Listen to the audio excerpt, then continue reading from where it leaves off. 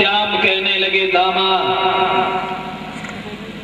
कमल के फूल कंस की धौंस देख लेना, एक दिन बो गए गोपाल, तो हुआ बिना ब्रजराज के ब्रज समाज बेहाल।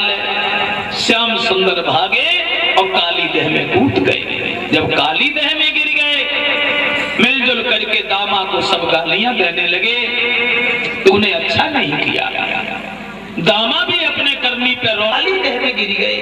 एक तो कंस के दुख से दुखी, फिर ये सुन लिया तो यशोदा चिल्लाई दहाड़ मारी, ओ मेरे छैया कहाँ गए।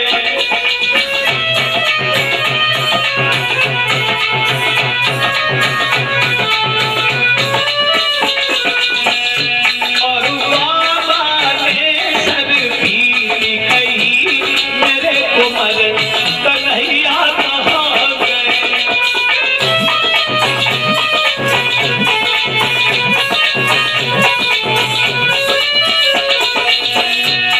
वृंदावन वाले बोल उठे, हे ब्रज रखवारे, चिल्लाते हुए, रोते हुए, पछाड़े खाते हुए काली देह की हो को, अब आ जाओ थोड़ा उधर देख ले।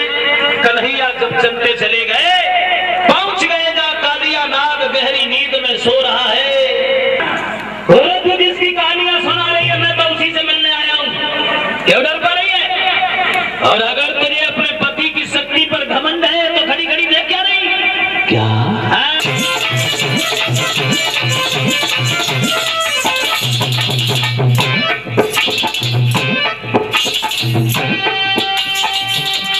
जगह हम भी देखे तेरे पति का बाहुबल।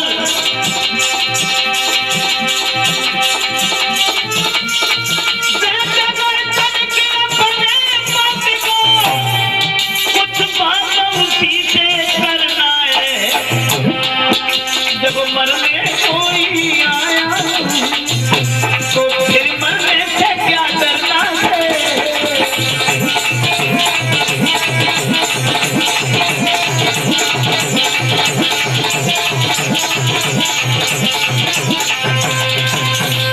जगह हम भी देखे तेरे पति में कितनी शक्ति है।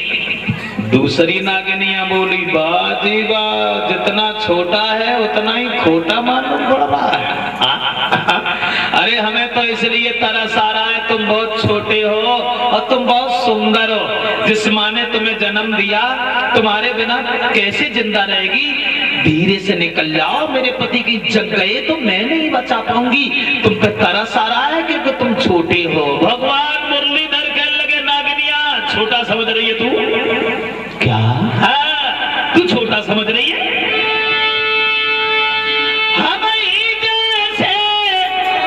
छोटे बालक और दुष्टों का घमंड गिराएंगे हम, यही बंसी वाले,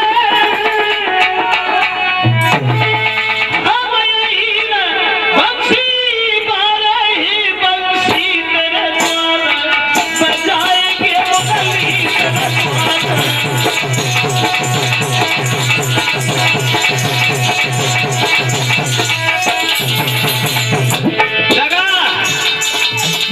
अरे जगाना, हम भी देखे तेरे पति की हिम्मत।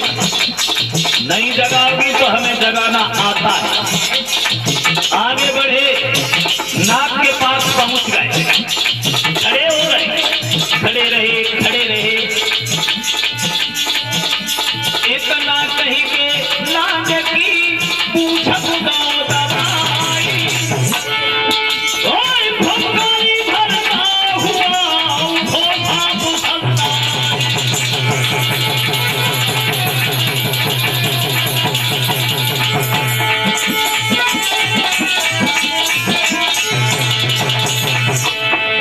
जो कालिया नाग के पूछ पे लात धरी,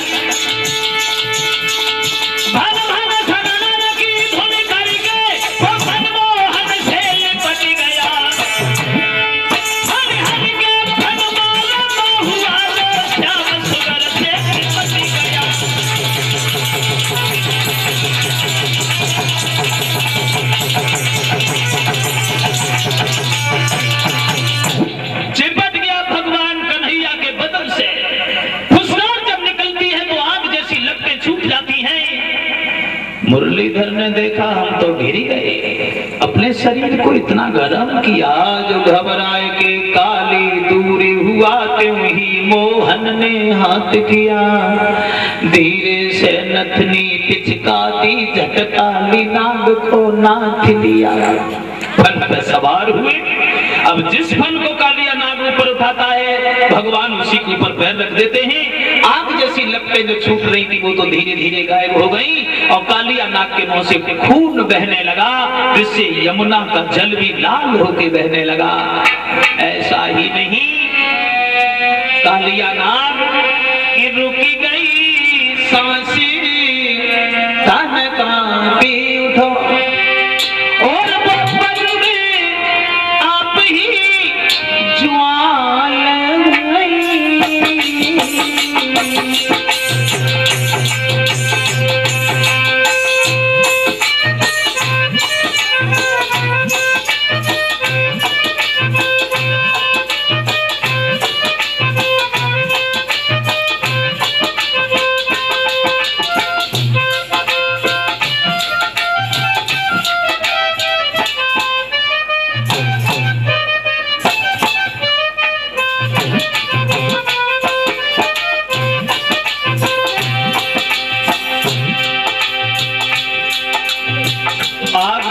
लपटें जो छूट रही थी वो धीरे धीरे गायब हो गई।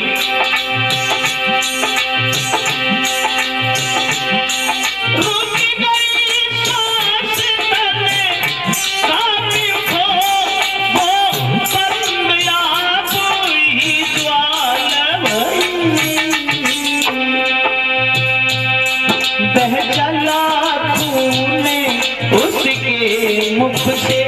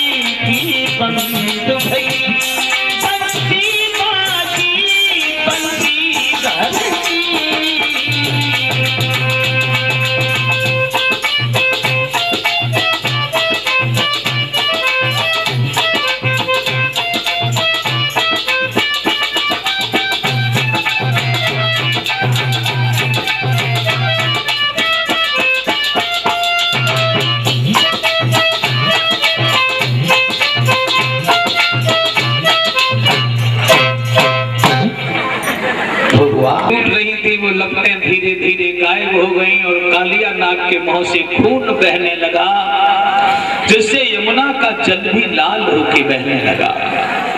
भक्तजनों, अभिमान त्याग करके कालिया नाग बंसीधर की बंसी की धुन में मस्त होके नाचने लगा।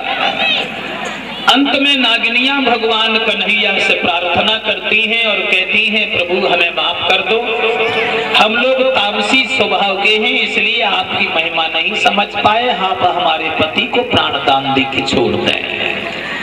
भगवान बोले छोड़ देंगे, लेकिन शर्त यह है कि तुम लोग काली देह को छोड़ दो। कालिया नाग बोला, महाराज काली देह को छोड़ दिया तो गरुड़ हमें खा जाएंगी, वैसे तो गरुड़ हमारे भाई हैं लेकिन बहुत बड़े दुश्मन है।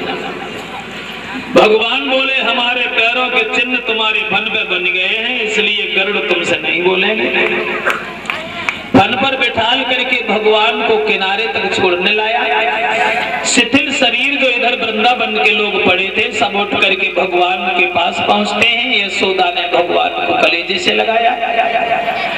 कमल के फूल लेकर के कंस को भेजे गए, उन फूलों को देख करके कंस की बीमारी कम नहीं हुई और ज्यादा बढ़ गई और वो कालिया नाग वहां से निकल के अपने स्थान पे रमणक द्वीप पे चला गया। सवाल ये है ये कौन था कालिया नाग और क्यों आके रहने लगा? गरुड़ और कालिया नाग ये सगे भाई थे दोनों। इनके बाप एक, मां दो। कालिया नाग की मां का नाम था कद्रू, गरुड़ की मां का नाम था बिनता। दोनों सौते सौते थे। भाई भाई होने के बाद भी दोनों में बैर क्यों बन गया? ऐसा हुआ एक दिन कालिया नाग की मां बोली, सुना गरुड़ की मां, सूर्य भगवान के घोड़ा कितने प्यारे हैं लेकिन वो काले रंग की हैं। गरुड़ की मां बिनता बोली, तुम्हारी बात बिल्कुल गलत है, सूर्य भगवान के घोड़ा तो सफेद रंग के हैं। वो बोली नहीं काले, वो बोली सफेद है, दोनों में शर्त लग गई। तेरी बात सही हुई तो मैं तेरी दासी बनूंगी और मेरी बात सही हुई तो तू मेरी दासी बनेगी। बिना बात के झगड़ा हो गया। कालिया नाग की मां बहुत चालाक थी, उसने अपने पुत्रों से कहा सूर्य भगवान के घोड़ों से चिपट जाओ। नाग घोड़ों से चिपट गए, घोड़ा काले दिखाई देने लगे। नतीजा ये हुआ कि गरुड़ की मां को उनकी दासी बनना पड़ा। एक दिन गरुड़ ने पूछा कि मां बराबर का दर्जा है लेकिन तुम दासी क्यों बन गई? तब उन्होंने सारी कहानी कही। नागों ने कहा, वो गरुड़ कहने लगे, जिन नागों ने हमारी मां की आजादी छीन ली, जिन नागों ने हमारी मां को दासी कर दिया, आज से कोई दुश्मन है दुनिया में तो सिर्फ नाग। चबा डालूंगा मैं नागों को, एक नाग को भी नहीं छोड़ेंगे। कोई बैर बन गया। कोई नाग कहीं मिलता है गरुड़ उसी को मार देते हैं। सब नाग परेशान हो गए, ब्रह्मा जी के पास रोए। तो ब्रह्मा जी ने गरुड़ को समझाया और कहा, इस तरीका से नागों को मत मारो, हम तुम्हारे लिए एक नियम बना रहे हैं। एक नाग हर महीना की अमावस के दिन तुम्हारे पास आएगा और तुम एक महीना में एक ही नाग को मारोगे। बोले जैसी तुम्हारी इच्छा, आप कह रहे हैं तो हम तैयार। एक नाग पहुंच जाता है, गरुड़ उसी को मार देते हैं। लेकिन कालिया नाग ने वो नियम भी तोड़ दिया और सब नागों को ललकार के कहा, इतने बुज़दिल हो गए सबके सब, गरुड़ के पास चले जाते अपनी इच्छा से मरने के लिए, कोई ले जाएगा। और जिसने हमारी बात नहीं मानी उसके पूरे परिवार का विनाश हम करेंगे। बस इसी बात से कालिया नाग से और गरुड़ से घमासान युद्ध हुआ। जब कालिया नाग की कोई पेश नहीं गई तब वो भाग करके काली देह में गिर पड़ा और गरुड़ से निश्चिंत हो गया। क्योंकि अकेला कालिया नाग इस बात को जानता था कि गरुड़ हर जगह जाते हैं मगर काली देह पे नहीं जाते। गरुड़ काली देह पे नहीं जाते थे। क्यों नहीं जाते थे? महात्मा सौभर ऋषि ने श्राप दे दिया था इन्हें। सौभर ऋषि तपस्या कर रहे थे, गरुड़ गए, इन्होंने एक मछली को पकड़ लिया। सौभर ऋषि बोले, देखो गरुड़ महाराज, भोजन का इंतजाम कहीं दूसरी जगह कर लेना, यहाँ हम भजन कर रहे हैं, जीवधारियों की हत्या न करो। गरुड़ नहीं माने, उस मछली को खा गए। और जब मछली को खा गए तो सौभर ऋषि बोले, सुनो गरुड़, आज तुमने हमारी बात नहीं मानी, आज तो तुम चले जाओ और आज के बाद जिस दिन तुम इस जगह आओगे और उसी दिन तुम मर जाओगे। इस डर से गरुड़ काली देह पे जाते नहीं थे और कालिया नागवा निश्चिंत होकर रहने लगा था। आइए आगे बढ़े भगवान कृष्ण की बाल लीलाओं में। उससे पहले ये 101 रुपए का पुरस्कार हमारे पास जो भेजवा रहे हैं